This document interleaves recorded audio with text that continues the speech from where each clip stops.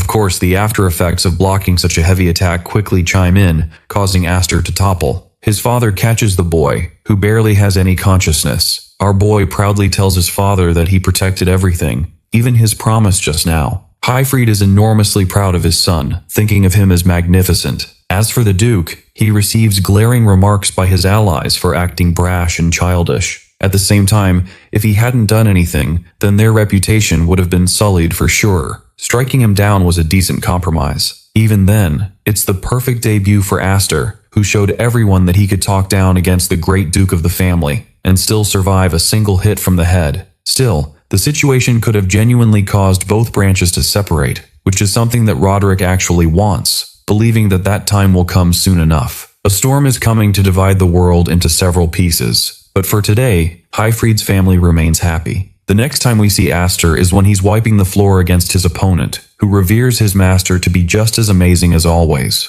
Keep in mind, he's still 10 years old here, and ever since his return from the sword dance gathering, the boy has only been training even more intensely. Rumors of Aster humiliating the Duke's third son have started spreading about. All this time, the main house berated and treated the Viscount house like crap, but something has finally changed for once. Running into action, our boy internalizes his skills at the sword dance gathering. He showed power and proved his worth. That alone should be enough to silence the voices that always berated the Viscount house to be a disgrace to the main family. But that was just a side quest. The real target for Aster remains unchanged, and that is to deal with the Elmheims. He's eager to see just how powerful he could become, and though he wanted to release uncontrollable strength at the gathering, he knew that it wouldn't be enough to defeat Duke Roderick. Wing crests are indicators of hidden pools of magic. They serve as strength indicators, but if that same magic can't be uncontrolled, then it doesn't matter how many wings you have. That's the case for Aster right now, who can't unleash the full might of his 7 wings. He can't even train for it because the second he tries to break into his 7-wing powers, he loses control. Anyway, Aster defeats another opponent and looks up to find someone else. Unfortunately, Bro beat all of them to the ground, so there's genuinely no one left to face him. Alphen finds her brother exerting himself again, refusing to restrain himself. She has actually come to inform him about the Viscount's call, prompting Aster to leave right away. But as he's about to leave, he glances back at Alphen's uniform,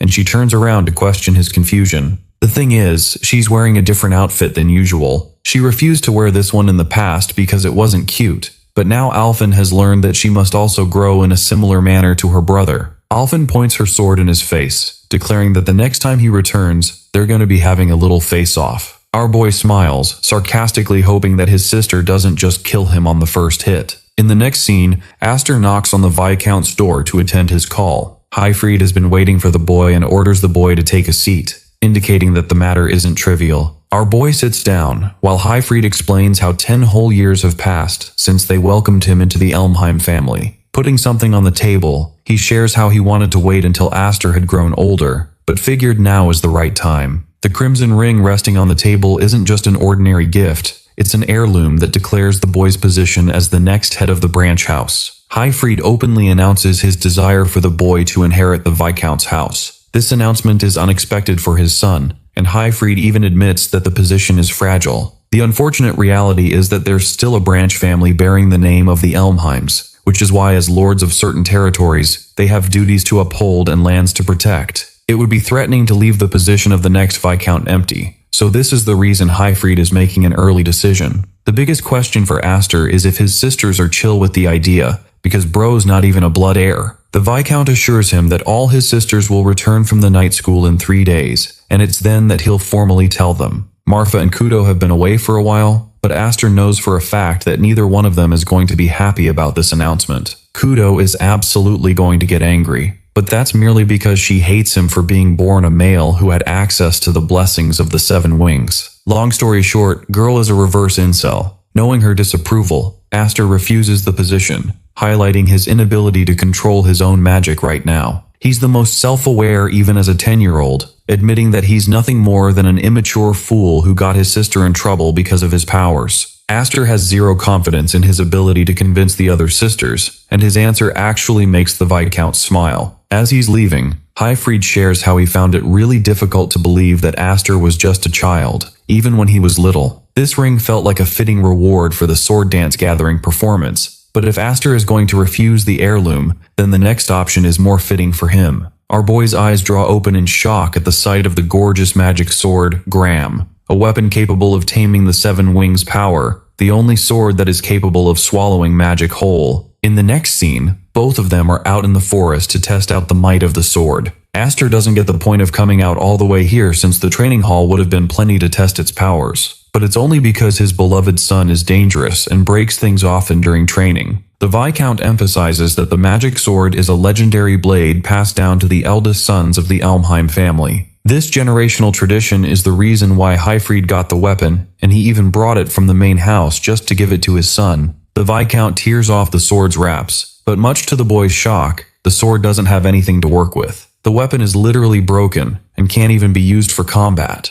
But suddenly, when the Viscount channels magic into it, the same weapon pulses with blazing red mana, creating a sword full of magical power. That's why this weapon is considered the Blade of Potential, because its limits are only decided by its wielder's capabilities. Hyfried shows off a goddamn Kamehameha-sized attack, vaporizing a path and scarring the forest. Even the sword has several benefits. The biggest problem is that it depletes the user of his mana. The legendary weapon is cursed for that reason, so there's a cost to using it. Hyfried wonders if his son is interested in trying out the weapon for himself, so Aster grabs it and follows the demonstration. He starts imbuing his magic into the sword, creating a pulsing golden and dark energy wave. Even without exerting any magic, the blade is just ripping it off his body, siphoning it off of him. The result? Aster's energy explosion is so large that it acts like a meteoric fall. The students in the training ground are baffled until they realize that something didn't fall down, it actually went up instead. While they're busy debating with each other, Alphen senses that it has to be something related to her brother. Speaking of our boy, he's impressed and intrigued with Gram's firepower. Even Hyfried is stunned with the boy's unmatchable strength as he ripped even clouds apart. The reality is, not a single person in the Elmheim family has wielded the strength of a seven-wing crest. So if Aster can master this power, then eventually he'll become so powerful that he'll leave swordsmen like Roderick and Hyfried in the dust.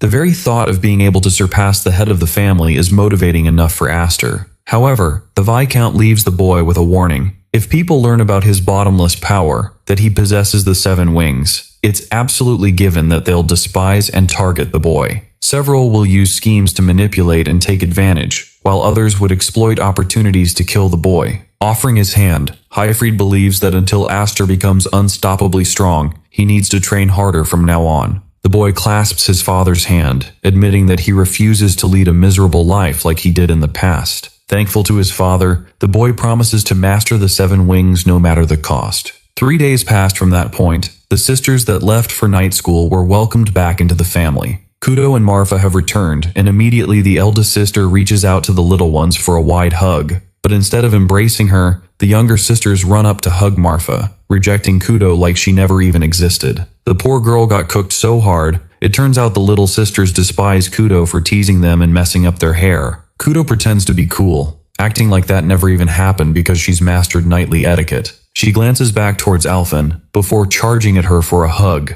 Alphen doesn't even get how she's being dragged into their mess, while Marfa looks around, curious to note why Aster's missing from the party. The mention of the boy drags down Kudo's mood, who seems to have no interest in caring about him. Speaking of our boy, the kid is a menace right now and unleashing bursts of magic. Mastering his weapon has become a pain. So far, he can wield the magical blade, but suppressing its enormous energy is difficult. Somehow the Viscount could do it easily and control his output. Watching him train so intensively, Kudo greets her little brother. The boy is surprised to see her return like that, while Big Sister scolds him for not even having the respect to welcome her return. Kudo continues to berate him, questioning Aster's ego and asking if he's really so special for the ordinary Elmheims. She even heard about the things that went down at the sword gathering event. The whole night school couldn't stop yapping about Aster's performance. Calmly replying back, the boy highlights Kudo as truly special in her own way. Despite being a trainee, she has experienced several dangerous missions and survived all of them. She was the only knight in her group to receive the Medal of Honor of the Year. However, Kudo thinks it's just the bare minimum for her to inherit the Viscount's position. Kudo then reveals her knowledge of Aster's refusal to become heir, and she even knows that he refused the position for her sake. Bro is low-key frustrated that his father couldn't keep something private for once, and clarifies that he only turned down the position because he felt inadequate and underqualified. In response, Kudo walks up to a tree nearby, remarking how both her father and brother know about her lifelong dream and yet,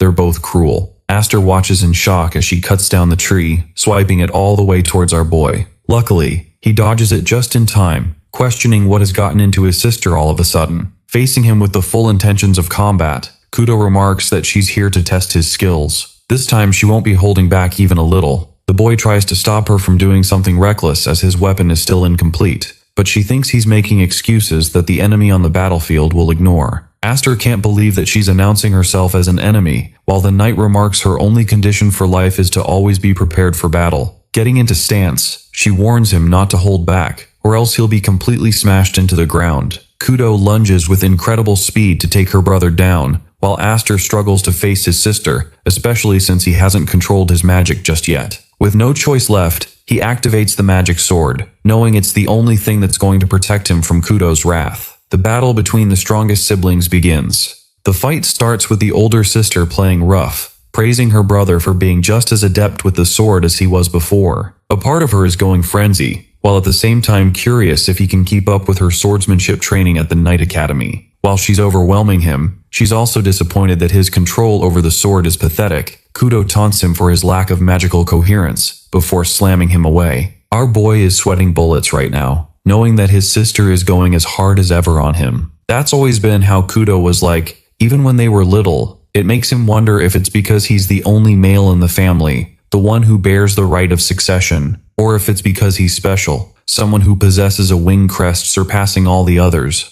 Kudo has always been tough on him, challenging his limits in every battle, calling the world unfair. In other words, she's the kind of person one would expect to be his natural enemy, and right now she's speed blitzing this man, teleporting right in his face as she delivers yet another powerful slash, roaring at her brother for being unfit for the rank of head of the house. The conversation shifts to Highfried and the other siblings. They're unsure if this is the right thing as it might result in a proper casualty, but Papa knows that this fight is necessary to resolve their sibling differences. Reckless it may be, it still won't reach to the level of ruin for either of them, or at least that is what their sister hopes. But she's curious why they were being immediately summoned from the Knight Academy in the first place, because it's not like he desired to speak of the succession to begin with. Highfried confirms this, before pulling out an envelope from the box, revealing that it's actually a summoning from the main Elmheim house. Apparently the elders who led the core of the house want to see the face of their grandson once more. This is an unexpected and major development.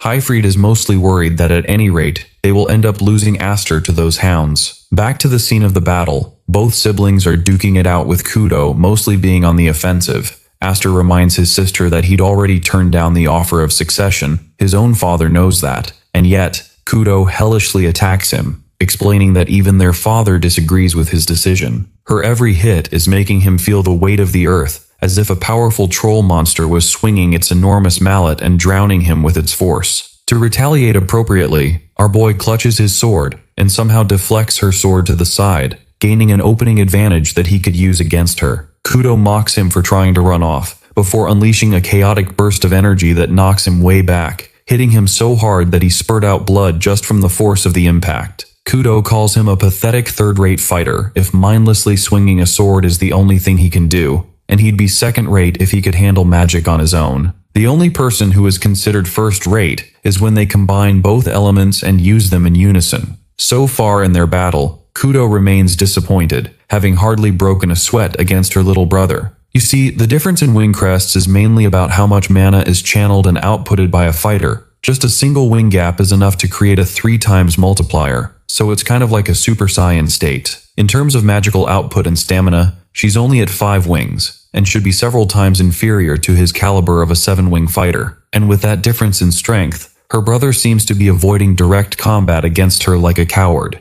even refusing to use swordsmanship to his advantage. Kudo smiles, taunting her brother for distrusting his own abilities, intrigued if he's worried about going berserk and causing damage like he did 3 years back. Her words hit him like a cannon to the head. Deep down, our boy just realized that he may have been subconsciously limiting his own powers out of the fear of hurting people again. Looking at his weapon now, it makes him wonder if that limitation is becoming an obstacle in his wielding of the sword, because he's suppressing his magic. Kudo is frustrated. The brother who stands before him has everything she could ever want, and yet he's being arrogant without even realizing how lucky he is among them. The sister lunges forth to steal it all from him, pushing him one last time to actually lock the fuck in for once. In response, this man swings his sword with the cleanest cut, deflecting her full force strike with a single swing. He then thanks his sister for helping him awaken, making him remember what he's truly capable of. What shocks her next is how this man is jumping up in her face without even manifesting his magical sword. Kudo knows that this guy clearly hasn't run out of mana,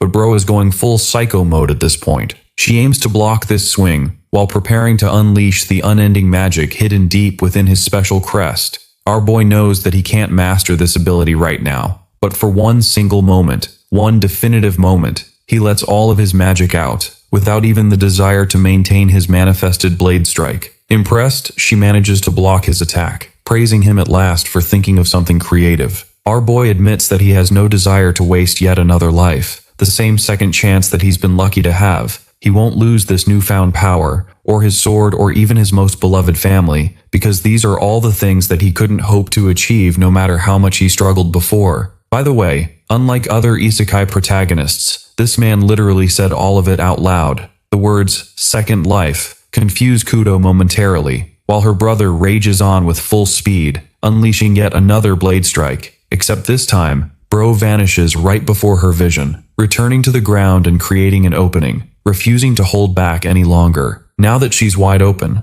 bro cuts her with full capacity, and it genuinely looks scary as if he just split her in half. The next time Kudo wakes up, she's left wondering where the hell she even is. It dawns on her all of a sudden that her sister Malfa is standing right around the corner, expressing how it took a while for her to wake up. Immediately realizing that she was knocked out, Kudo roared and asked about the duel she had with Aster, to which Malfa politely explained that the brother carried her all the way back here after knocking Kudo out, explaining how the sister actually slept in between the duel. Instead of insulting her or anything, Aster made it seem like it was actual fatigue that managed to get the best of Kudo instead, which is a shoddy explanation that not even the knight in training believes. After all, she remembers that one precise moment in which she was left wide open, in which her brother had cut her down, but she also knows that he must have disintegrated the mana sword right before impact, making her only feel like a tiny little fraction of mana cutting her body instead of the fully charged blade. I mean, it's kind of obvious that Aster is the kind of person who would never slaughter his own siblings, but Kudo knows, the kind of devil she saw in his eyes back then, really made her question if bro was about to send her ass to the Shadow Realm for good.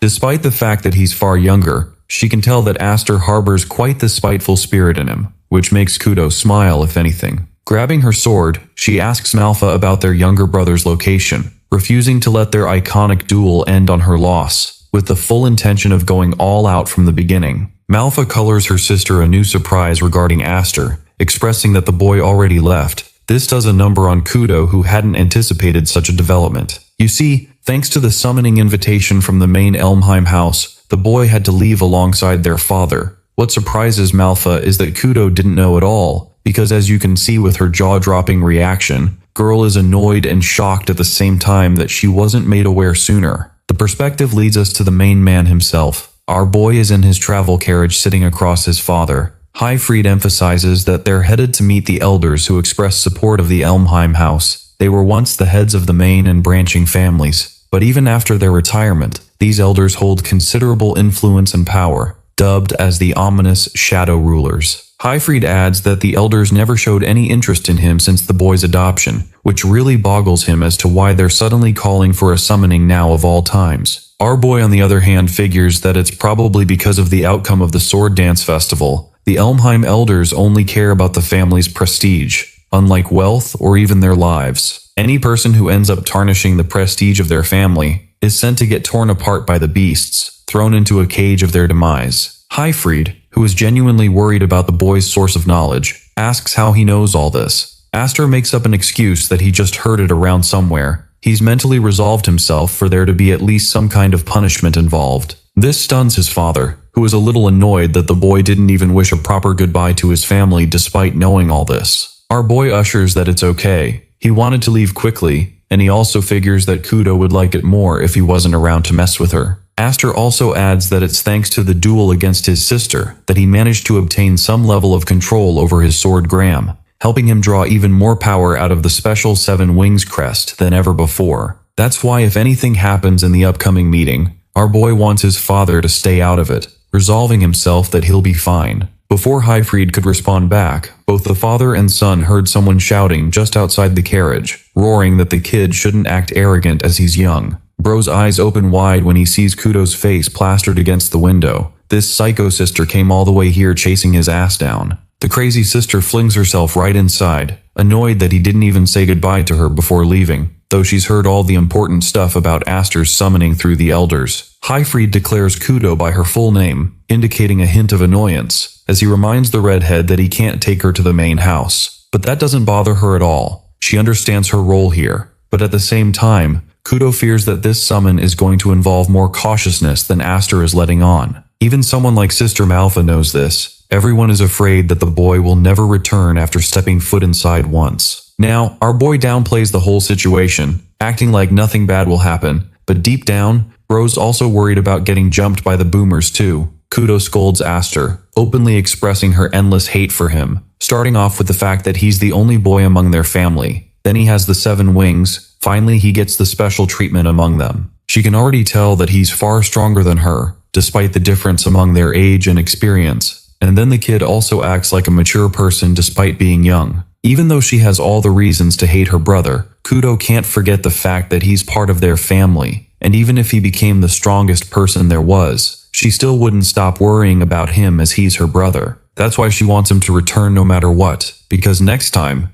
Kudo isn't going to let him off easy with a win next time. Saying so, she parts from the carriage, making him wonder why she even bothered to come all the way here. But still, it left a positive impression on Aster, who now has garnered the resolve of returning to his family no matter the cost. Arriving at the main entrance of the Shadow Rulers, the gatekeepers welcome them, expressing how the elders are waiting for them inside. Highfried assures these men that he knows his way around, but they refuse to let them go unmonitored, having been given strict orders to ensure both father and son stay together. Just like that, now our boy knows for sure that these guys hold some level of animosity towards him. It's not some easy meetup to chill with the grandchild. The vibe is entirely different. Though it may seem like an intimidating location, a part of his memories is associated with this haunted estate being his one true home. Highfried and his son are escorted. The boy's father recommends him not to lose his patience, even if the others provoke them to oblivion. The boy is still stubborn, but that's precisely the problem. The boy suddenly finds himself distracted by the duels occurring around the arena, though he can't find a trace of Dallas, which seems understandable since the dude's dominant hand got fucked last time. Highfried calls for the boy's attention, emphasizing that he doesn't zone out. Aster assures his pops that he'll be quiet and obedient, since his sister wants him to return in one piece. And yes, the One Piece is real. Finally, we arrive inside the chambers of the elders. The main one sitting at the center expresses how it's been 10 whole years since they last saw each other. The old man addresses Highfried as his grandson, who then kneels before the sixth head, referring to him as the great-grandfather of the family. From this angle, our boy can sense that the old man before him is a literal monster, hiding among the shadows of the Elmheim family. Zanus Elmheim, as well as the others, are also pretty prominent figures, each bearing their own name and significance in the council. The good thing is that at least Aster recognizes some of their faces, but what bugs him is why Roderick isn't attending the meeting, and as if reading the kid's mind, Zenus assures him that the man he's worried for isn't going to be here. That man, Roderick, is the leader of the knights under the royal family, who has duties to attend to, and won't be bogged down by pointless meetings, so the old rulers are handling such administration for him in his stead. In his previous life, our boy never had the chance to encounter Zenus even once, but the fact that this old man managed to summon so many executive figures without even the necessity of Roderick only goes on to show that he's got quite the influence and control over the family. Concerned, Highfried asks the big question of why they're summoned. Zenus laughs, knowing that these guys must have already pieced it all together by now, what happened back at the Sword Dance Festival. Just as our boy suspected, it really is about that stupid festival. Highfried explains that Roderick already handled the situation, but in truth, Zenus and the other elders know that it was merely just a performance in the eyes of the public. The family's name was tarnished, and that fact is final. For one, a child outside the family was adopted, a mistake from the start that was overlooked. But then, that same boy chose to go against the main family, tarnishing its reputation, The only answer left is to exile the kid, as the demons refuse to accept any other response. Even Highfried himself will be punished accordingly. Rising up from his position, Aster roars that he's the one who caused all the trouble, which shouldn't involve his father, but that man patiently accepted his fate and ushered his son to quietly accept. The elder scolds the boy for lacking discipline, to try and barge in a conversation between adults. Zenith stands up to show his respect, commanding over 12,000 knights under their own name. They're the ones who carry the weight of the Elmheim name on their shoulders, but the knights are not meant to be the only safeguard. They have other enemies, waiting for the precise moment to latch at their positions to get the top rank. Some of those people may even be present in this room right now. Smacking his cane with his every step, Zenith parrots that he desires a peace of mind, a proof that neither of them will cause any harm to the Elmheim family. So he grabs a sword and drags it up to Highfried's face, reminding him of what happened last time when he went against their family and lost his arm because of Roderick. In order to prove his loyalty to the family, Zenith gives him a torturous ultimatum to take off the head of his own son, Aster. If he does that, every charge against them will be dropped, but before they could even negotiate, Highfried hammered a strong refusal, stating that he would rather cut his own head off than kill his son. While Aster is moved by his words, Zenith finds them despicable, and believes that in that case, they're both to be killed. Every single member of this branch family, including the wife and daughters of Highfried, will be eradicated. Today will be the day that the Viscount's family ceases to exist, and so each of the royal knights quickly surround the father-son duo, pointing their blades against the defenseless. To really piss off the old geezer, the boy questions what the sixth head is so afraid of. He's got a group of grown men here, who are afraid of a little boy, afraid that they'll be betrayed by one of their most loyal servants. The boy taunts Zenith that he can do all of that. He could cut him down or even exile Aster, but if he so dares to mess with his family, that's a line that can never be left unchecked. In that moment, Aster grabs his choker and takes off his shirt, showcasing all the elders the symbol behind his back, the mark bearing the 7 crests. It is Aster's decree that if Elmheim goes against him, then these wings will cut them all down, so it's in their best interest to think carefully. Bro's ultimatum drew the attention of all the others in the room. The immediate response is one of denial. They can't believe that the 7th crest has appeared on a human body after centuries. Zenith, who grew quiet just now, questions if the boy understands the weight of what he's showing them right this moment. Aster smiles even in the face of swords raised against him, knowing that people get surprised with the more wings people possess on their bodies. One of the council members begins to uncontrollably laugh, ushering the meeting to continue.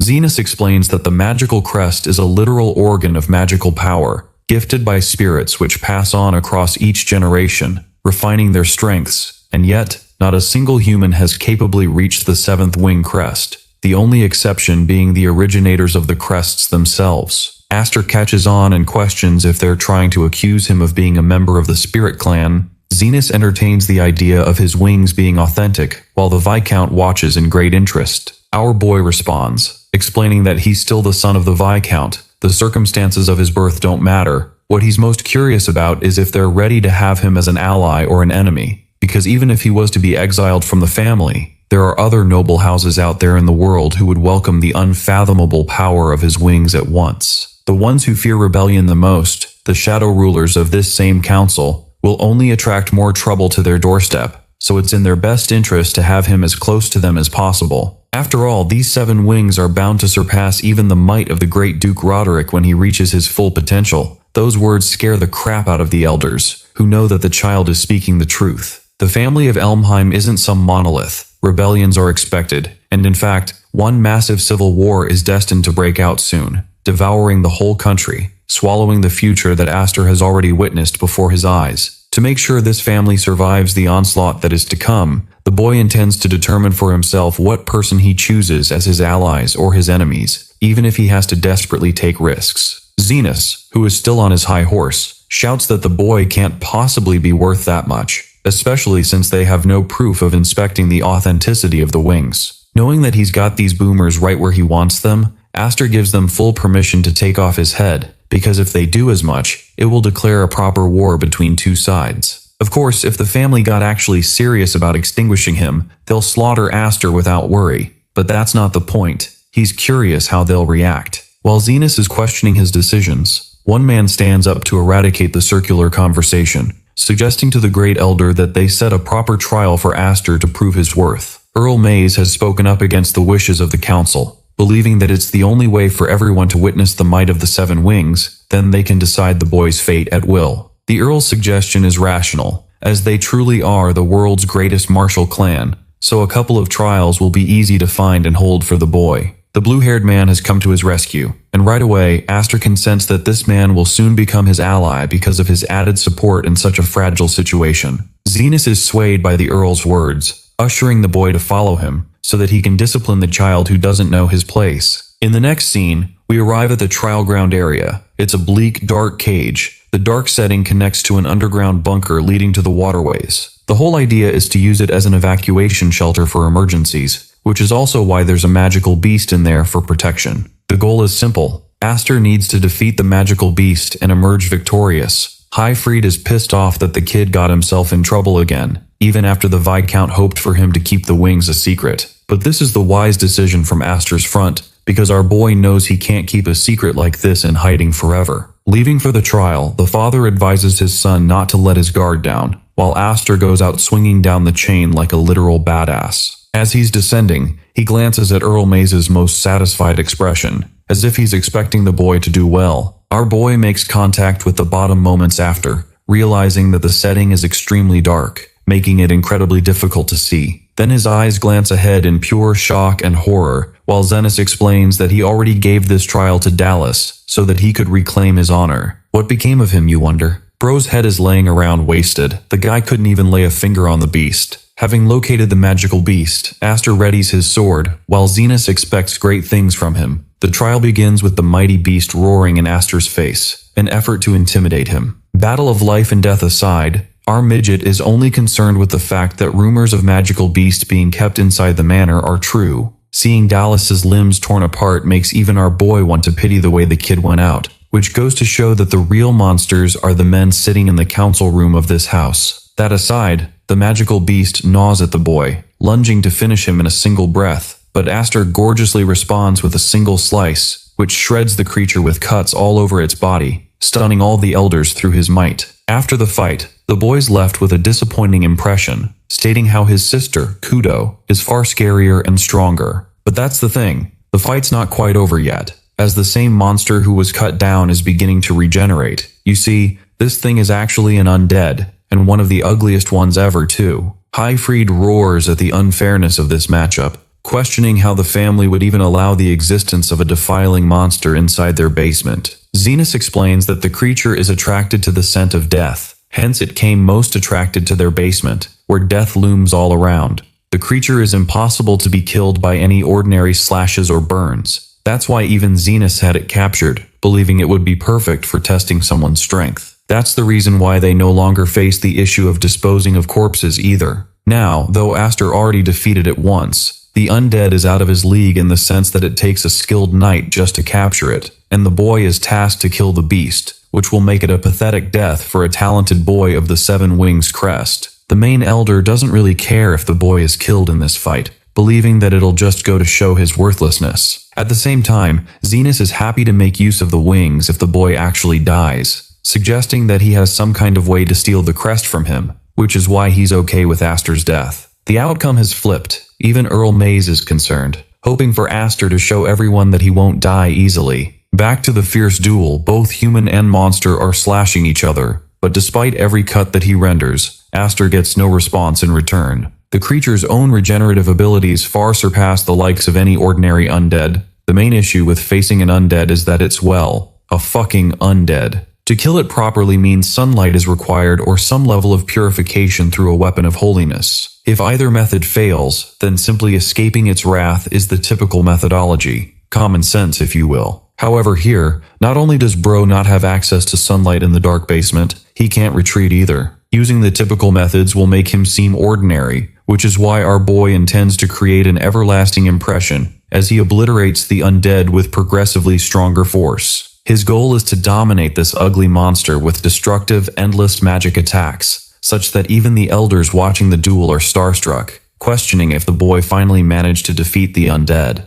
Zenas knows the real answer and merely watches with intrigue. The dust settles, and the elder expresses pity for what will now become of the boy. implying his doom. Right then, our boy gets snatched like a baby. Before being slammed into the ground, the undead is back to full health. On top of him with a one-sided advantage. The Viscount roars for his son, but Earl Mays urges him not to try and go help his son, because that decision will be idiotic. Highfried fires back, questioning if he should merely stand here and watch his own son get ripped to shreds. Having more confidence in Aster than even the boy's own father, Earl Mays shares that he should calm down, because from the looks of things and the way the boy is smiling right now, it seems Aster has a trump card up his sleeve. The undead monster's body is clearly being affected. Its size is growing shorter with each hit, implying that Aster's mana blade is doing wonders. With the same confidence, Anakin Skywalker's clone embraces the dark side, manifests his red lightsaber, and impales the undead. Bro's approach to deal with the creature is to repeat the same thing over and over until it is slain, eviscerating its head just by sheer force of the magic blade. It's the same technique that Highfried demonstrated to the boy during their training, but something about it is different now. A vortex of energy is shot out, atomizing the undead down to shreds. Bro really hollow-purpled the hell out of this thing, to the point even the basement is collapsing. While the others are fretting, begging for Zenith to leave, this man stands aura farming, not moving a damn inch as he lays his eyes on the gorgeous power of the 7 wings. After the collapse of the basement, the big question emerges. Where the hell did the undead beast disappear off to? Zenith knows exactly what happened. The beast was caught in a vortex of magical energy and couldn't regenerate as it died endlessly. It was a way to signify the sheer force of magical power, something that can't even be demonstrated by a technique, an unbridled display of power. Zenith then questions if Highfried involved himself in Aster's last attack, but the Viscount declines, explaining how he himself is surprised by the boy's ever-growing strength. The outcome has been made clear. Earl Mays points out that the boy should pass the exam. The rest of them don't have anything to say to object to the conclusion either, which is why Earl shouts to Aster, confirming that he won the trial. The kid is told to come up fast, but the young master can't really do that, since the chains are jumbled and he needs a rope instead. In the next scene, we have Zenith privately sharing a conversation with the boy, reminding him that if he misses this chance, he won't get another. Aster confirms that he doesn't have any interest in involving himself with the succession of the main family. His own presence in the main estate will trouble his cousins, and that's not something he intends to disrupt. In fact, the only place he considers home is the Viscount's house, an act that Zenith considers one of humility, even though it's impossible for Aster to hide the ambition gleaming in his eyes. The elder has sharp intuition, to the point he can already tell that the kid intends to go against the Elmheim family someday, making him wonder if Roderick is his true enemy. This throws our boy in a tense and guarded state. Zenith assures him that he doesn't need to be so cautious, as he doesn't desire any further conflict for now. This fact surprises Aster, who emphasizes that the sixth head typically does anything in his power to stop rebels. Once more, the old man explains that this family isn't a monolith. Roderick is far too powerful for even them to control, which means the presence of Aster, someone whose powers might eclipse even Roderick's someday, could act as a deterrent. However, if the boy ever dares to go against the elders ever again, then his fate will be set in stone. That concludes their little meeting. Aster heads out and meets his father, who is curious what happened.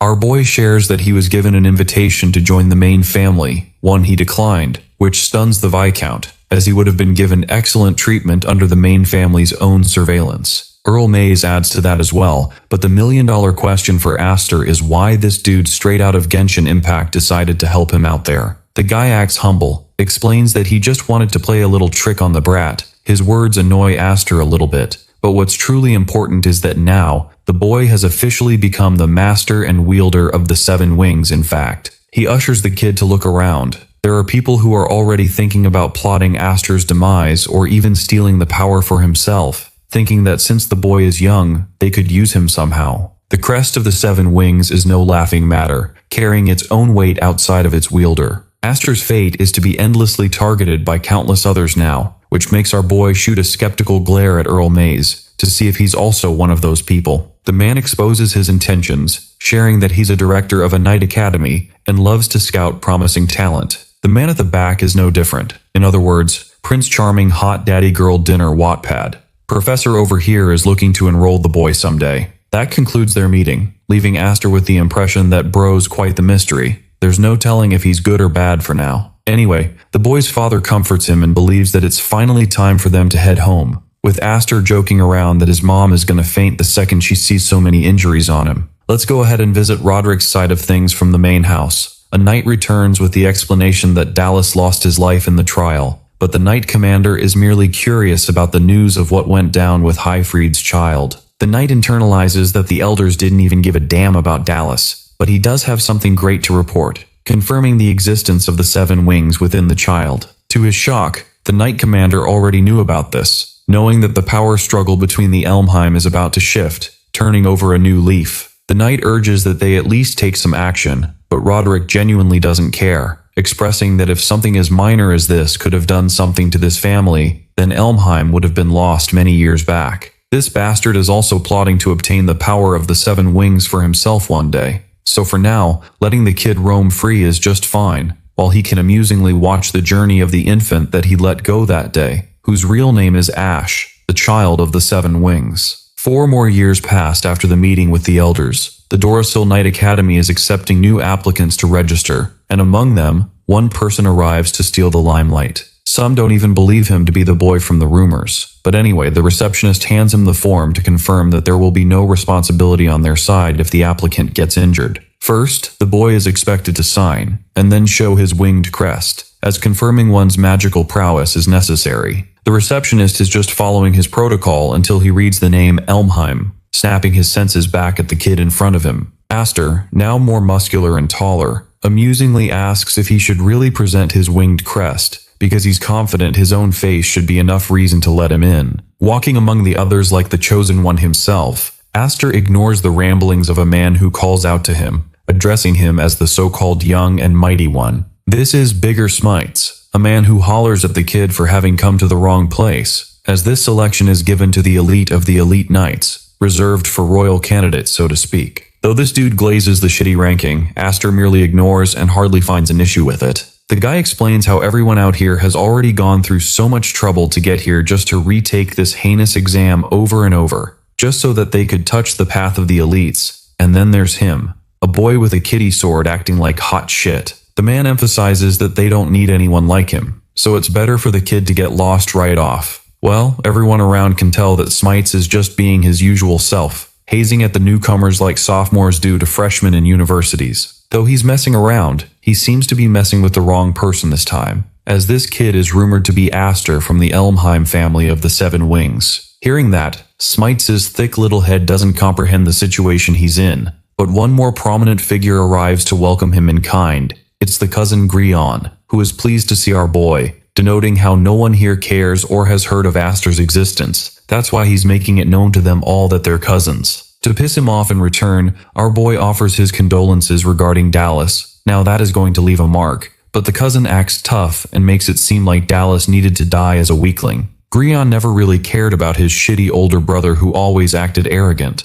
and though he has no wind of the 7 wings shenanigans, one thing is clear: he urges Aster not to underestimate those in the main family, because here, no one will protect him. That little warning note draws the attention of the bystanders, who quickly realize that the Elmheim family members are going to run a fade check among the candidates. The main and branch families are involved, but the funniest part is Smites' reaction, who is wetting his pants and hesitating with his every word against Aster, inquiring if the black-haired kid is truly an Elmheim. Our boy laughs at the shift in his tone, offering his hand and kindly stating that he's fine with the name Aster instead. The scene cuts to the first exam venue, where the examiner is grateful for the participation of the students, making it clear that the Royal Knights are leagues above the local knights, capable of directly serving the king, protecting him, and honoring their blades to service him. They don't play with blunt swords, what they have is sheer fucking aura, and the battlegrounds for today will test if these guys are fit to serve the king. Our boy, who is looking broad as hell in this shot, only feels happy about making it all the way back here. Back when he was wingless, he couldn't even stand here in his previous life. But now, he has entered a world that he could only dream of reaching,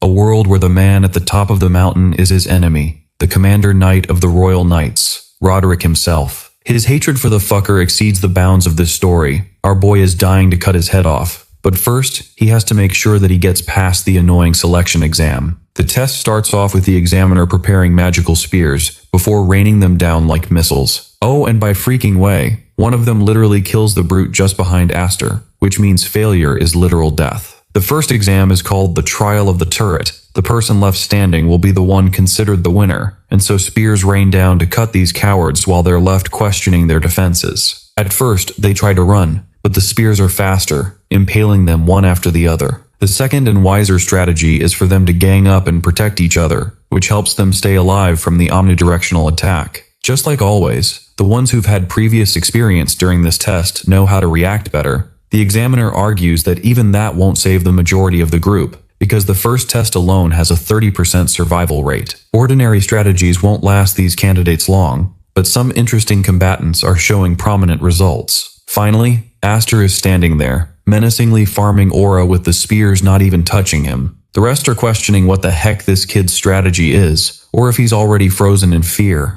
Watching from afar, Grion is praying for our boy's demise, begging for him to get cut down and slaughtered here. And then comes the moment we've all been waiting for. Aster reaches for his gorgeous black sword, unsheathing it in a crimson fury, cutting each projectile all at once. It's a spiraling storm that doesn't even allow any projectile to touch him, with the awakened young master challenging the examiner to turn up the heat. The storm is enough to prove the point that this kid is a literal monster, stunning the examiner himself, who can't believe at the genius of the candidate to create an updraft, as he was the storm itself. At long last, the storm of mana comes to its fitting end, surprising the examiner as it draws all the attention to our boy. The examiner applauds the survivors, creepily encouraging them to look at the bodies of the ones who fell, as those standing have officially passed the first trial. However, without any amount of rest, the examiner intends to show them their next trial, leading them there right off. Smites and the others are overwhelmed in fear and shock, realizing that they're not even going to catch a break despite having faced literal hell. Aster taunts him for getting exhausted already, while the senior can't fathom how this guy isn't even fazed by the test, and has even drawn the attention of the examiner conducting the test, who thinks that the wielder of the 7 wings is a literal beast.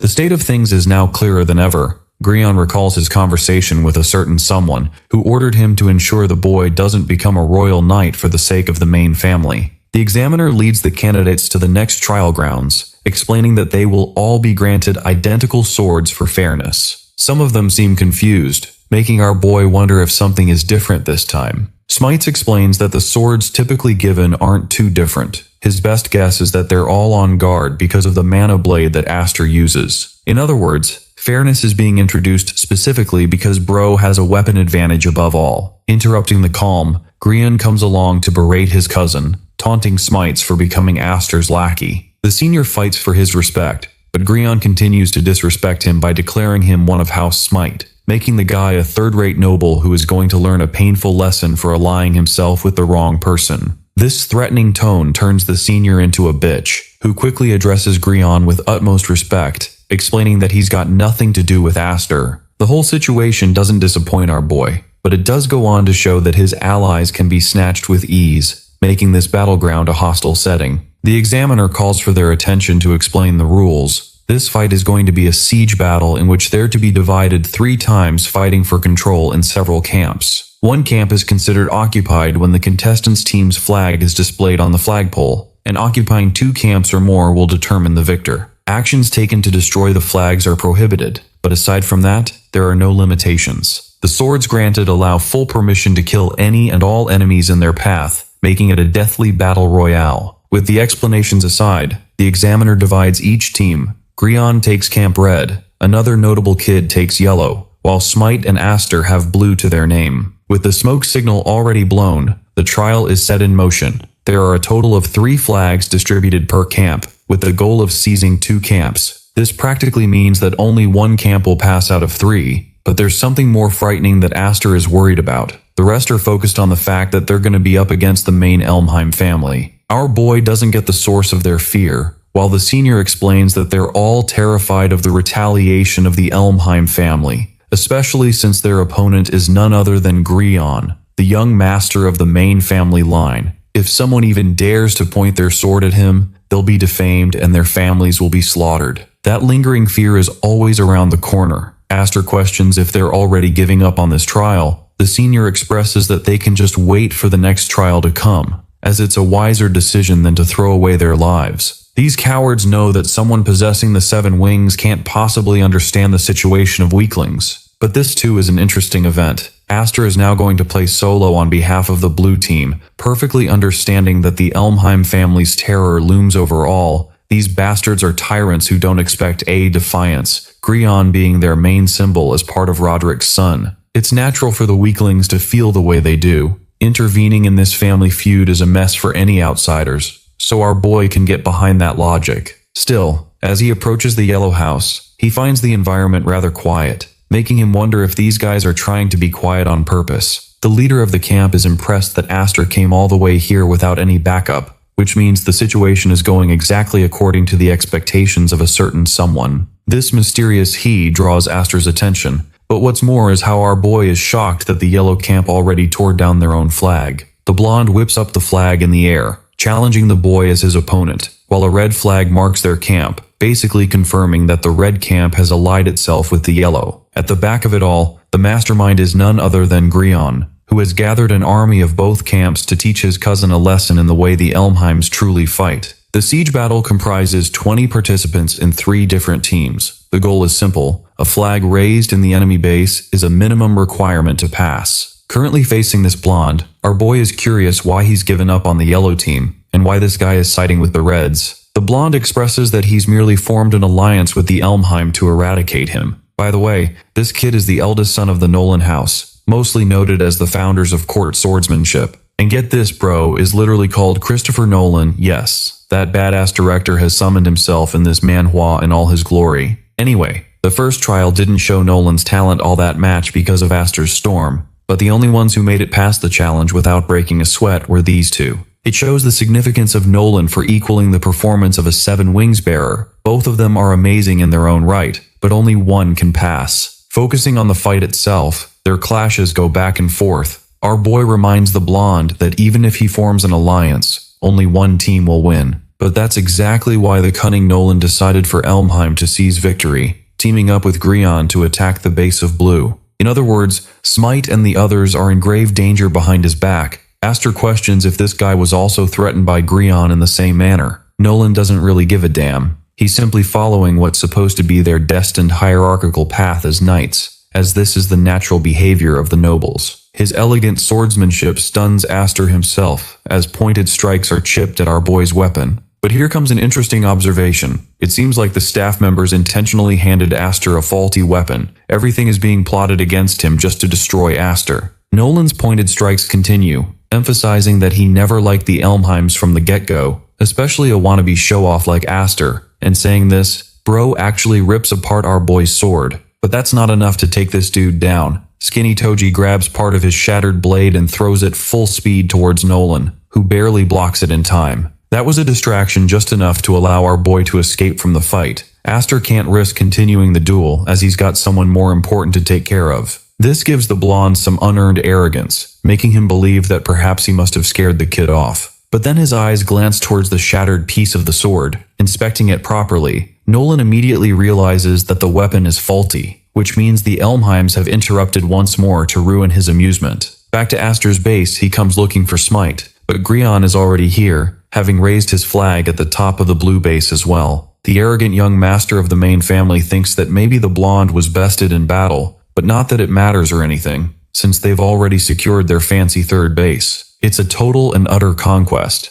But instead of listening to this loser's rambling, our boy questions Grion what became of his trusted comrades. This rains on the guy's parade, while a blade points at Aster's back. And what do you know? It's Smite again who has betrayed him a second time. The senior is feeling massive guilt for doing this, yet he has to for the sake of protecting his own skin. Grion berates the blue team, who immediately surrendered without even showing a hint of resistance, though he's impressed that even the brain-dead commoner monkeys seem to know what side to choose in times of conflict. Our boy questions if they're so confident at defeating him through numbers, but Grion assures him that they've actually already won, as the siege battle is decided by 2 or more bases captured by the end of the exam. So even if our boy ran as fast as he could to raise the flags at each base, he couldn't protect either of them. Because the moment Aster heads to another base, his men will go and retake the base he already captured. This means the two bases will always remain consistent, making it a desperate and endless loop. I have to say that even for a shitty villain, this is quite the intelligent strategy. But of course our boy has a different answer with his brute force approach of taking down every single one of them. Aster reaching for his blade terrifies Smite and the others, but the young master of the main family calls out our boy's bluff, already knowing that the sword he wields is a fake. Despite the brilliance of the Seven Wings, without a weapon, none of it matters. This begs the question if Jon Snow over here wants to take on the whole army without even a sword to his name. Oh, but you see, Aster is the embodiment of aura, unsheathing his shattered blade which stuns Smite, before tossing it aside. This makes Grion believe that he's already won the fight, but the moment this shattered sword hits the ground, the young master locks eyes for his next move. First, the young master disarms with flattery, praising Grion for his excellent strategy, but the moment Bro's sword hits the ground, this man dashes with super speed, kicking the crap out of Smite and launching him several feet apart. Thanks to this, he catches the sword that was flung up in the air, and with it, unleashes a wave of mana to strike down his enemies. All of this happened in mere moments, much to the astonishment of Grion, while our boy points his blade to his enemy, highlighting that the only mistake in his plans was to confront him directly, which is going to become the main reason behind Bro's defeat. Cousin over here is fretting and calling him a monster, while Aster powers magic into his feet,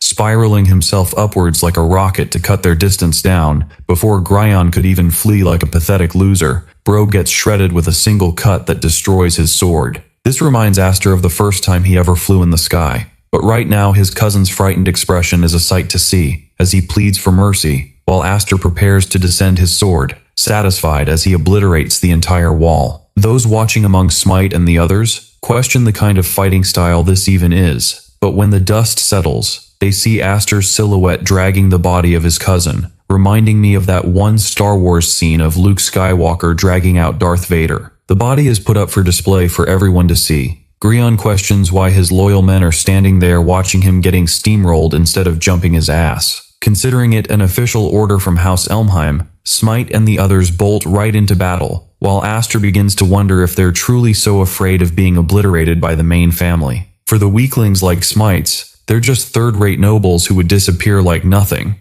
He saw his own father beg before the Elmheims. They were weaklings in front of them, and so they lived only to please the ones above them. Of course, someone like Aster could never understand their situation, as he possesses everything in his might. A little annoyed at first, the young master begins to laugh. This whole thing reminds him of conversation against his sister Kudo, who drilled into his head that he could never understand the feelings of those without power. That's why Aster totally understands his position as one of being privileged in every manner. It's also why he's willing to do something of his own volition, declaring that his enemy is the main house Elmheim itself, and that if these cowards can't change their destiny, he'll be the one to do it in their stead, to eliminate the tyrannical rule of this wretched family. His declaration moves the hearts of all those in the arena. Grion can't even fathom what the hell his cousin is mouthing right now. Smite reminds Aster to hear his own words for God's sake, but Aster knows what he wants. He has officially declared war against the main family, refusing to suck up to the rule of the Elmheim, as what awaits these weaklings is nothing but a miserable, pathetic ending too. He tries to reason with them that the only way out is to fight their way through, and thanks to his 7 wings, they have the ability to do just that.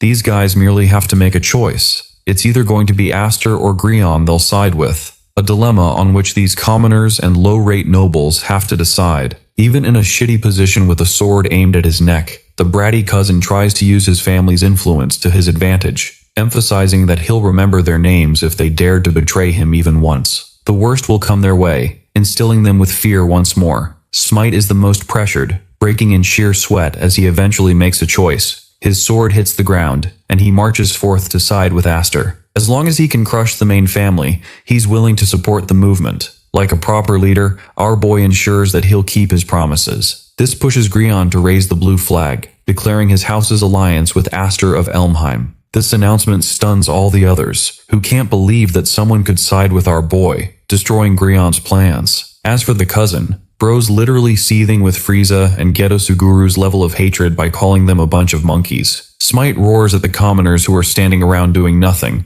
when they could very well seize the opportunity of their lives here, and ally themselves with the power of the 7 wings. Thanks to him joining the team, Aster has the confidence that he no longer will have to worry about planting flags all alone, killing the strategy that Grion cropped up for him. At the same time, not even this is enough, at least not for his goals, as he intends to overwhelm and topple House Elmheim, requiring far more allies. One of the members of Camp Red asks if the young master is alright, only to get smacked away with pure hostility. This kid is genuinely pissed off, unable to comprehend how someone could be swayed by a member of the branching family. Letting him free like this will result in Grion's own ruin, as his reputation will be destroyed in front of the main family. Refusing to go down like his shitty brother, Grion activates his rest in a final effort. Too bad though, the final piece is here already. Nolan arrives to taunt the Elmheim young master for being such a pathetic sight right now. Having him by his side, Grion commands the Bonde to quickly dispose of Aster. His hopes have returned with this guy's arrival. Despite not wielding 7 whole wings like Aster, the kid's swordsmanship is unparalleled, even stronger than Aster in terms of skill. Even though this is supposed to even the odds, in a twist of fate, Nolan tosses the shitty red flag over at Grion's face, explaining that he's here to return the flag. Even though he wanted to ally himself with Elmheim, it's clear now that Aster's cousin plays petty tricks, which goes against Nolan's personal chivalrous code,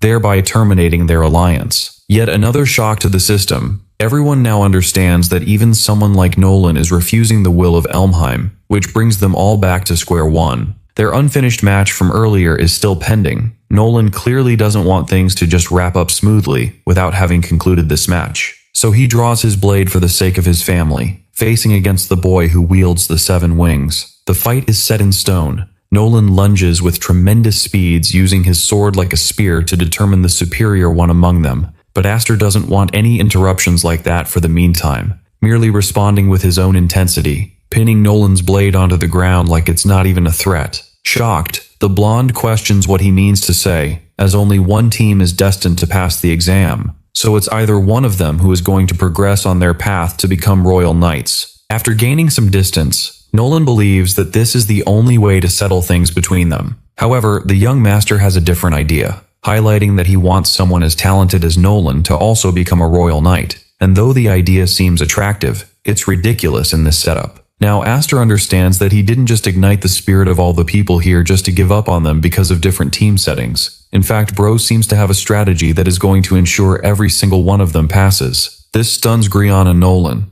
Even Smite can't fathom the kind of strategy Bro is about to cook to turn everything around. The young master explains that in order to achieve this outcome, he needs total cooperation from each camp, which means his first hurdle is going up to the shitty cousin looking like a mutt right now, and condescendingly offering him a hand. Shortly after, an interesting change occurs. Each camp is united with all 3 flags tied up, offending the examiner for their manipulation of the rules. Aster counter-argues that the goal from the beginning was to capture 2 or more camps. The loophole exists because they were never forbidden from putting 2 flags on one camp. That's why they all collectively formed an alliance, occupying each territory at once. It's a genius strat that plays against the system of the exam, though the examiner roars that this disrespects the content of the exam itself. Smite fears that their plan has failed. Even Grion doesn't have any faith in this strategy, as the examiner expresses full aggression against the daring boy, who basically ended up shaking hands with his enemies and concluded the setting. Aster calmly fires back, stating that he would do such a thing if he judged the enemy to be more valuable alive, pissing off the examiner further, who roars that a knight is a sword meant to cut down, not to command others. The young master understands this reaction, but also counters that they technically didn't break any rules, so if they're disqualified on behalf of someone's ego, that means this examiner will fail in his duty. This locks him in a stalemate, but more importantly, our boy whispers that failing everyone here would mean to earn the anger of Elmheim, who won't sit around for this kind of upset. And that's a checkmate right there, sealing the deal. What happened next is that the examiner confirmed the situation with the higher-ups, causing them to wait for well over an hour. Some of them are worried about the outcome, questioning if they're really about to get disqualified together. Aster doesn't know anymore. The young master merely offered a logical proposal, but sitting far from him is Grion, who appears really upset. The third-rate noble whispers his shock. It's crazy that Grion ended up cooperating after all, making him wonder what he said to the guy. Our boy smirks, assuring him that it wasn't anything noteworthy. And finally, the examiner arrives with his decision, expressing that Principal Mumir himself has come to announce the results of the exam. Principal Mimir's presence shocks all the candidates, Smite points out how ordinary this old man looks compared to the others, while Aster urges him to at least pay respect. Turning to the boy of the 7 wings, Mimur taunts the kid for cornering them into making a very difficult decision. This number of candidates is historic for the second trial, and though there were several suggestions of a re-examination via the other directors, he ultimately decided to accept Aster's terms. Our boy is confused at first, until the man's face curves up into a smile as he congratulates them all for passing successfully, wishing them well so that they could keep working hard and prove that they were right to enroll each of them. Thanks to that, the whole batch is welcomed into the Dronzer Royal Knight Academy, leading them into the fancy dorm rooms in which Smite is loving the new treatment. It's the kind of life he's always dreamed of, all because of their lord and savior Aster. Bro is casually chilling while the others are shocked that they all managed to get in. This increases his influence and loyalty among the commoners. Also, can we talk about how Nolan's physique looks aesthetic as hell? Bro's like a Greek god out here, who sneers at these imbeciles for immediately switching over to Aster's side like that. Bro also shares no intentions of thanking our boy, even though Smite humbles Bro's ego by expressing that he lost to Aster. Our boy doesn't really care for the most part. He's concerned with the fight against the Elmheims, as well as sharing the center stage with the others as candidates. Victories like these remind him of the fact that there's a movement rising to turn against the mainline family when the time is right. The rebellion begins from these walls inside. Now, as for Bro's older sisters, they've graduated already. Alphen is still here since she enrolled just a year prior, so she'll quickly be an immediate ally for him. Training classes officially start tomorrow. Aster gets out of the pool to acclimate himself to the setting of the academy before he can start things through. But interestingly, he turns around to find his loyal servants following his every step.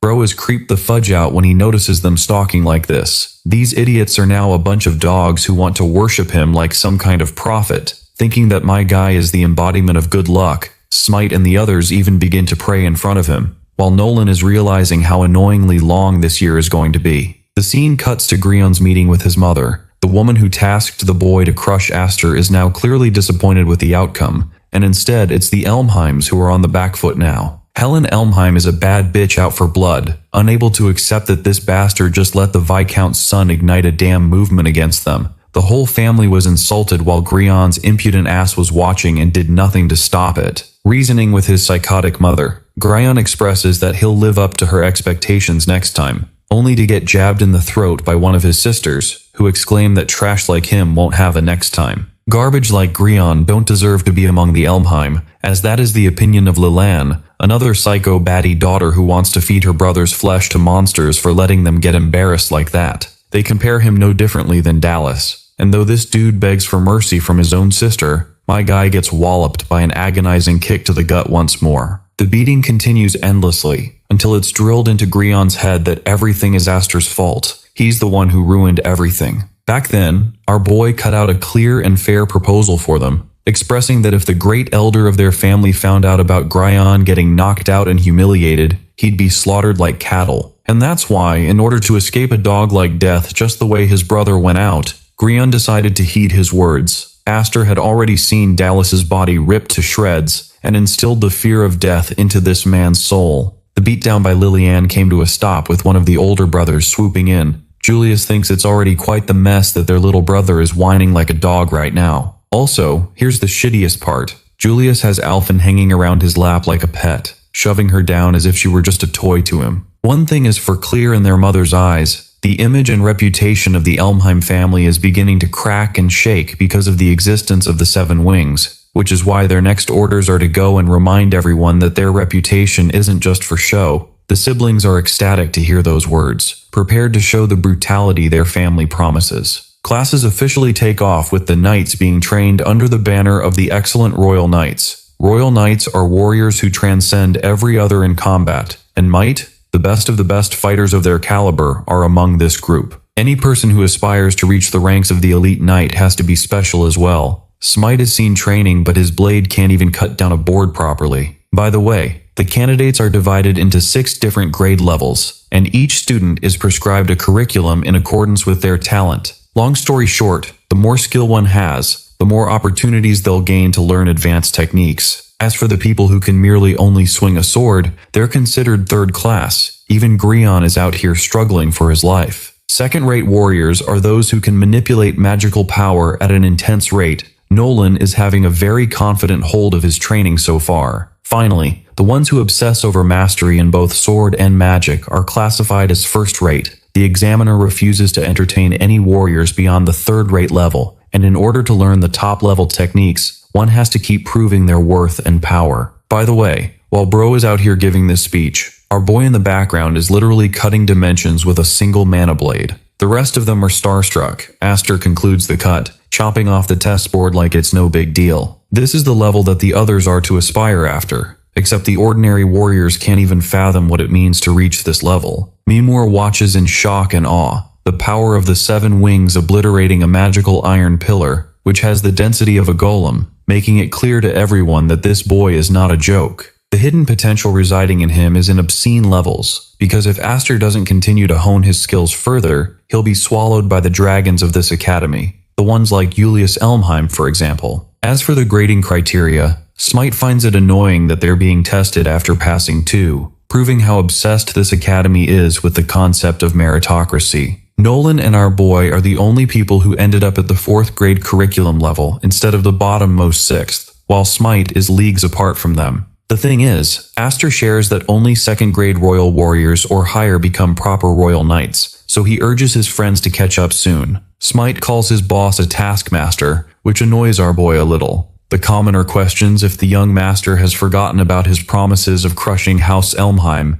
as several of their comrades rely on those words, hinging on the idea that Aster will forever change the way the world works. It's the first time they've ever had that confidence, so it's important that he doesn't let them down. Smite is already championing the demise of the Elmheims, but once more, Aster teases him to try and get stronger for that purpose. Yet deep down, he is compelled by his greater purpose of eliminating the main family once he becomes absurdly powerful himself. But before all that world domination talk, it's time for some snacks, since they've just done some heavy-duty training. Interestingly, there's quite the commotion at the cafeteria. It seems like there's some kind of trouble here. Savoring his food is Julius, who welcomes Aster at last, denoting him as his brother. Sitting just next to him is Lillian, and at their feet is someone our boy still hasn't gotten a glance of. The blonde is the 2nd son of the main family, also 2nd in line for the succession game. His sister Lillian is just as ruthless, accompanying him. The both of them combined are notoriously known as the tyrant sibling,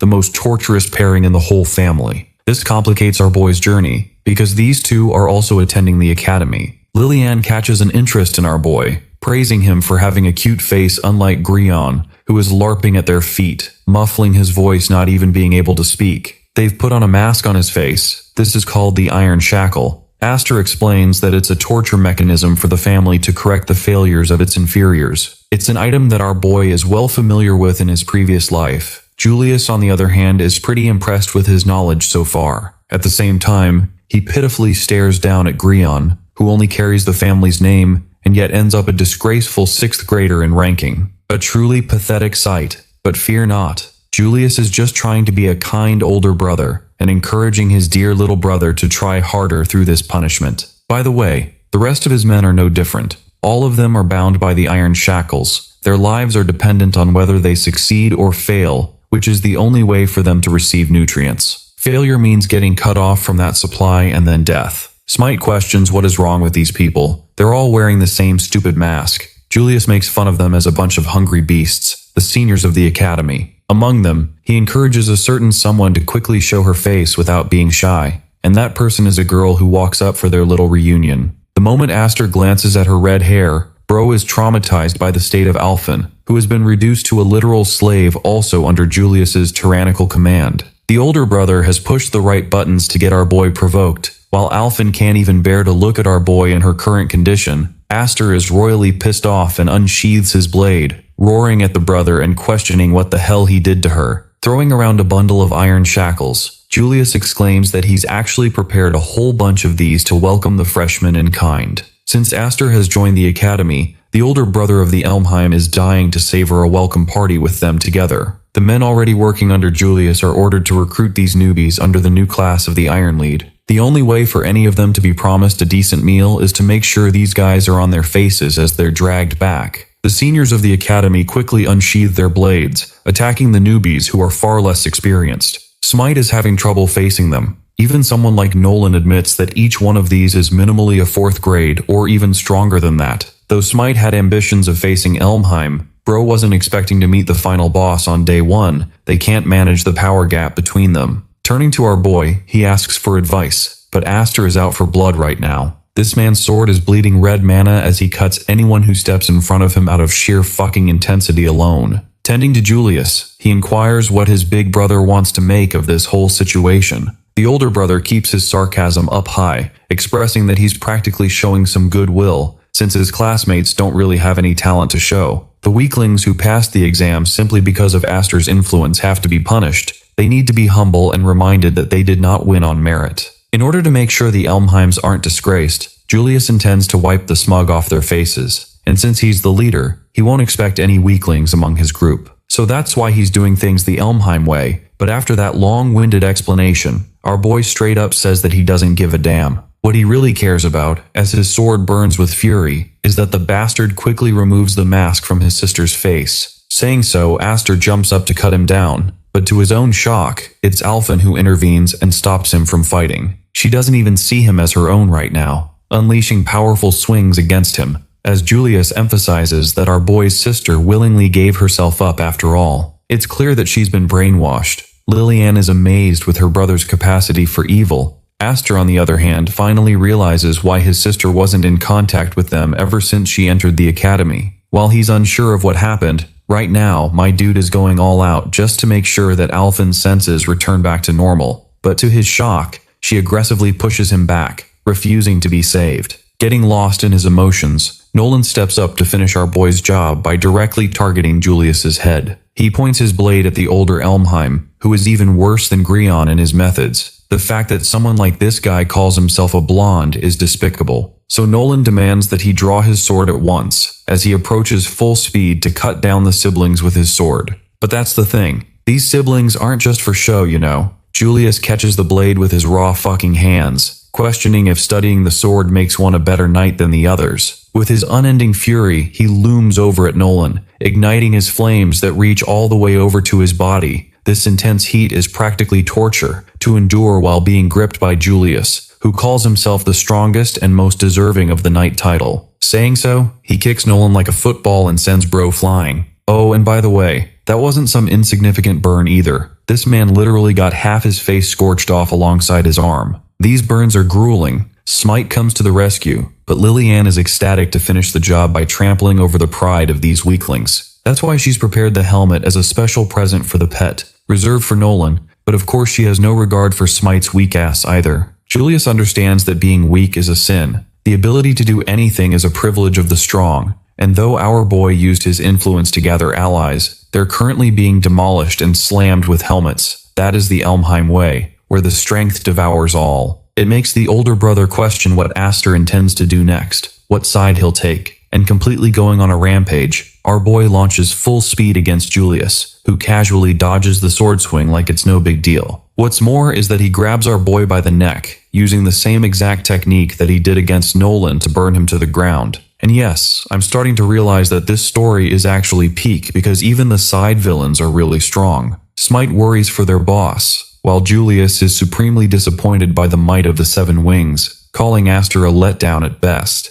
As he's burning, our boy prepares his sword, reminding the bastard not to get cocky just because he parried a single attack. With that confidence, this time Aster unleashes the mana storm to quell the flames that Julius created, deterring all his magical power. The next swing is aimed right for Julius's neck, who is pushed back by a spiraling vortex of both crimson and flame magic. Now that Aster's free from the hold, he wonders if his dear older brother can continue yapping on what he was saying earlier. Something about the idea of strength toppling the trash who should always keep their mouths shut. Talk about shit talk at its finest, badass protagonist right here, people. Smite can't believe what he just saw. This man literally freaking laid out the top dog in the academy. But Aster understands that this fight is far from over. Julius gets up exclaiming how badly that last attack hurt him. But in truth, Bro literally looks fine as he dusts himself off, taunting him for not even being able to scratch the dude's crest. Smite realizes that nothing even happened. Lillian smiles in jest, as if she was never even worried in the first place. She only makes fun of his ass to get countered after talking smack.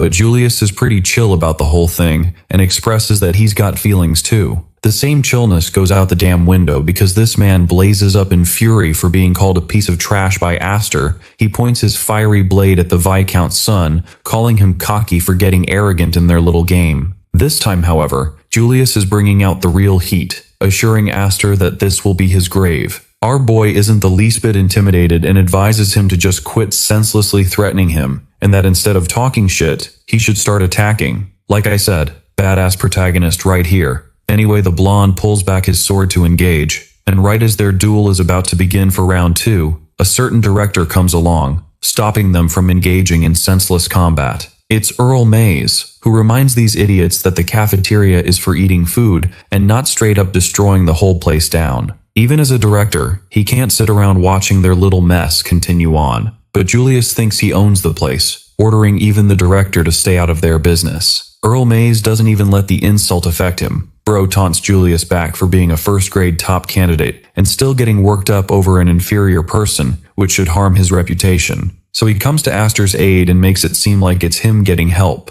causing Julius to finally put away his sword and dispel his anger just this once. Bro turns around and orders his men to return since their little welcome party's all wrapped up. The situation isn't concluded according to Aster's desires, who wants the fight to go on, but the director apologizes to him and begs him to stop for the meantime. What really bothers our boy is his sister siding with his enemy. Aster calls out to Alphen, who returns the meanest side-eye to her brother before moving on like he's a nuisance. It really saddens our boy to see her get treated like that. And in the next scene, Aster's group discuss the reality check they faced going up against the Elmheims, to the point my boy Nolan got the Todoroki treatment. Even a few of their own comrades were dragged by the seniors because of the masks, so the next move is undecided. First off, Aster is annoyed that Earl Mays, the director, let things devolve to such an extent. His assistant shouts at the bastard for not even showing basic respect to the same man who stopped the fight. But this chill guy is okay with a little boldness. He reminds Aster that they go way back in their relationship. Back when the dude was first summoned to the main house, the only person who actually supported him was this man. It's undecided whether or not this dude is a friend or enemy, or what his thought process looks like. But Smite is confused that if this guy is truly a director, then how the hell are the Elmheims dominating the whole academy like this? To make things fervently clear, Earl Mays emphasizes that he also belongs to the same house. He doesn't share any involvement with family messes unless absolutely necessary. Aster finds it a huge deal that he's not doing a damn thing about Julius forcing kids to wear these torturous masks. But you see, this has always been the state of the academy in the first place. It centers around meritocracy. Any method that forces growth and evolution of the inferiors is considered fine. For example, the kids under the command of Julius actually do end with their progress shooting way up, their grades excel, and even the principal is okay with it. This confirms to our boy that he's all alone in this fight, that he can't rely on the higher-ups at all. Earl Mays understands that the boy is being reckless and intends to just march inside the enemy base for an attack. However, there's one big problem with said approach. Earl Mays shares that each step the boy takes is closely being watched by the main family. They're waiting for him to slip up even just a little, so that they can force his expulsion. But even that excuse isn't enough to stop our boy from doing the right thing and saving his friends. It's not even out of his desire to exact justice, but the fact that the iron shackle corrodes the soul of the human wearing it. It makes you a literal slave, steals your words, takes away one's self-respect, and even the will to rebel. That makes those people into puppets. It's a horrific fate that he wouldn't wish upon anyone, while Earl Mays is shocked that he knows the experience so well, as if Aster himself has seen it somewhere. Our boy vaguely hints that he's seen something horrific like that, and he refuses to let his friends go out in the same way, which makes the director wonder what he's about to do next. The youngest son of the Viscount clarifies that he isn't planning on getting expelled. Peaceful resolutions are far better, which surprises Earl Mays, as it hints at an interesting plan. Wielding the iron shackle, our boy reminds the director that he too has his own way of fighting, or his own Naruto's ninja way. 3 days flew by in a blink of an eye. Smite and the others are training relentlessly in hardcore combat. Nolan is shockingly treated back to full health without even hints of any scarring. The guy doesn't want to rest and intends to go full speed on the curriculum from the start. And get this, he calls it a mere scratch. Smite is practically dying out here, but the person they should be worried about the most is the man in front of them, Aster, who is bolting ahead and probably gone insane for wearing that shackle. You see, 3 days back, our boy directly went up to find Julius despite their previous duel. The siblings didn't want to forgive him for their last encounter, but the fact that he's here to make a deal was quite something. Gulping down his wine, the older brother sneers at him. Refusing to let his words affect our boy, Aster explains that he wants his sister and his friends back, and in exchange, he will allow them to put the shackle on him instead. That's the only condition. A condition that literally mortifies Alphen, who thinks he's gone crazy. Our boy furthers that a rebellion is on the loose too. It's the fastest way for the family to tame the main rebel. An amazing deal. But Lillian is shocked that he's offering himself to become a pet, making her wonder if he's into masochism of some kind. Julius understood that Aster indeed stood as an obstacle. The directors would love to see him get humbled, but he's quite shocked that the guy is offering himself up and obeying like this. Aster assures him that he's got no ulterior motives. The mask is also locked with a magical inscription. Only they have the key for it. In other words, they will be capable of killing him whenever needed. But also, our boy cleverly taunts Julius if he's so afraid of being unable to brainwash him. That little remark alone causes him to flare up and melt the bottle in his hand. So Julius takes the bet, agreeing with one final addition. He wants 10 whole days of Aster wearing the shackle without even receiving a hint of water or food. And if the boy is still alive by that time, he can set them all free. It's a ridiculous deal that even Alphen wants him to refuse. It's the surest way to get our boy killed. But Aster accepted the condition, knowing that the shackle would corrode his soul. It's always been a tool of the family, but he can't let someone like Alphen be corrupted by it. The girl is the most fragile among their family, yet also the strongest in her resolve. Someone like her couldn't resist the shackle and looks at him with pity. Aster assures his sister that he'll break the chains, while Lillian lovingly comes around to imbue her energy into the tool. Our boy enjoys every second of it.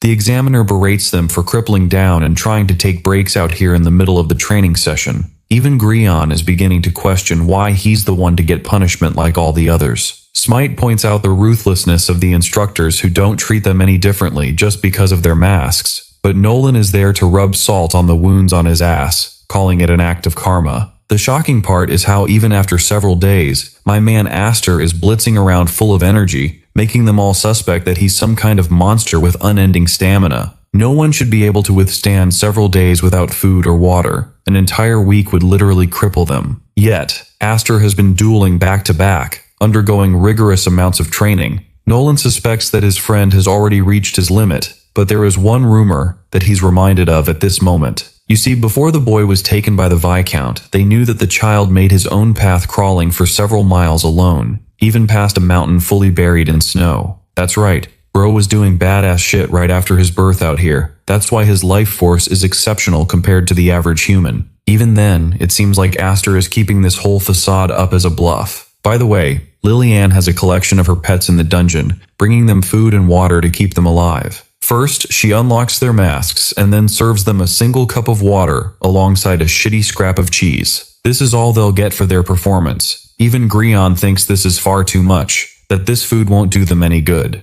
Bro shouldn't have happened because his sister ended up smashing the pudge of cheese right before his eyes, understanding that he never wanted it in the first place. She reminds them not to suffer the same fate as the boy in the corner. Aster's the only one among them suffering a harsher fate, who can't eat or drink anything. Julius enjoys their suffering, even urging Alphen to go up ahead and cheer on her brother. But with her sorry state right now, it's not like she can face him either. It's true that she's in a really terrible position, not knowing what she should do to help him. But the part bothering Julius the most is how this dude is a literal machine who refuses to go down. The kid hasn't even shown a bit of resistance and still does fine, begging the question if he's gonna tank it for the whole 10 days to come. Be that as it may, the blonde is ecstatic to see how long Aster can keep his arrogance up, and that he'll tear the confidence in his eyes soon enough. Meanwhile, our boy is just sitting there, ready to throw hands the second he escapes this damn mask. Powering mana into one's blade creates a razor-sharp pulsing edge, increasing the power of the weapon,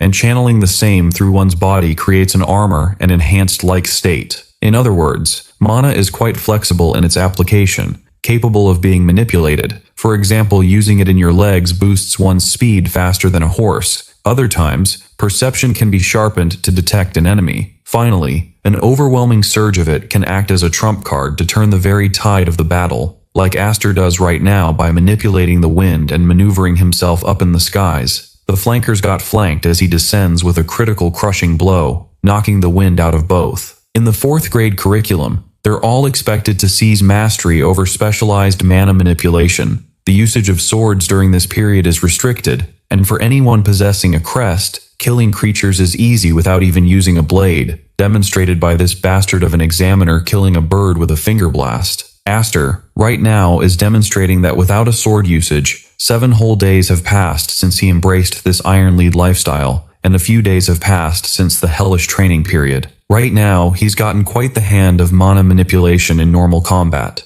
3 more days are left until the promised day, and if he can endure till then, his sister and the others will be freed. However, even our boy understands that passively chilling won't help his case. The thing about Julius is that he didn't even use a sword, and yet he was stupidly powerful. The guy didn't even expose his full abilities back then. Aster's opponent is a 1st grade, a top-notch combatant. That's why he can't wait around in a place like this. And despite being completely exhausted, he needs to grasp some kind of knowledge or advantage to bring him victory. But then the limits of his own body catch up to him. As he topples to the ground, the dizziness and the weakness all come together, as a figure looms over him, questioning if the boy has hit his limit at last. Nolan checks his head and realizes that Aster's got a feverish condition, even though he couldn't keep up the confidence forever. Earl Mays feared that Aster would die out in this mission. That's why he tasked Nolan to make sure to take care of him in case something like this happened. Doing the right thing, Nolan urges to fetch his sword and crack this stupid shackle at once. But instead of letting him leave, our boy grabs his arm, refusing to crack under the pressure. Sure, death hovers over him, but his gaze of pure agony and determination is practically screaming, "Don't ruin this for me, I need to save my sister." Though Nolan can't comprehend those words, he understands the situation. However, these others around them, they're not going to be playing fair at all. Lillian has grouped up her men to taunt her brother, who is finally at the brink of breaking down. She mocks him for looking like an undead who deserves to be killed if he's wandering around like that.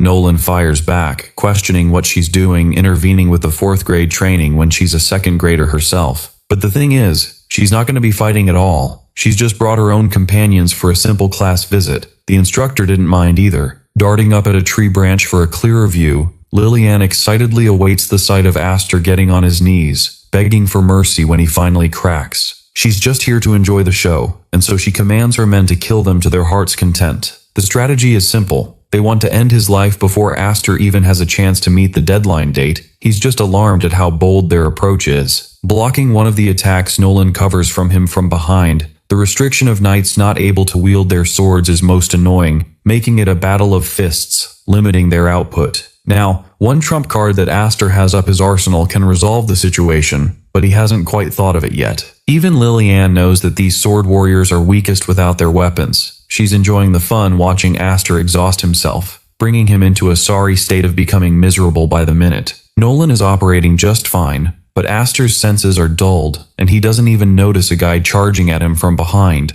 The dude tackles him with full ferocity, headbutting so freaking hard that it spills out blood straight from the mask, crashing him into the tree. Our boy is genuinely getting his shit rocked right now, and it's not a good look. Nolan questions if bro is dead, but Lillian doesn't want the fun to end so soon, desiring to make him her pet later. All she cares about is crippling him to the point he's nearly dead. In the final few moments of his power, the unconscious Aster regains his senses suddenly, before releasing windcutter-type blades, slashing and ripping apart the bastard in front of him. This new technique wipes the confidence Lillian had earlier, and it seems like bro is capable of cutting people like sushi with his mana slashes alone.